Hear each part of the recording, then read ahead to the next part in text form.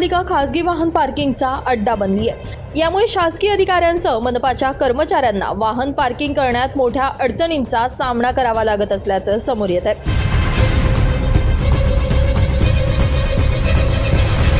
कुणीही या आणि कधीही पार्किंग करून जा, आओ जाओ घर तुम्हारा अशी गत मनपा प्रशासनाची झाली आहे। यामुळे अशा बेशिस्त वाहनधारकांना आळा घालण्याची हिंमत मनपा प्रशासन करेल का, असा प्रश्न उपस्थित केला जातोय। मनपा प्रशासनाच्या वतीनं अनेक वेळा खासगी वाहन पार्किंगचा विषय ऐरणीवर घेऊन कारवाई करण्यात आली, मात्र नंतर पुन्हा जैसे थेच परिस्थिती निर्माण झाल्यानं या खासगी वाहन पार्किंगवर कायमस्वरूपी तोडगा काढण्याची मागणी आता समोर येते।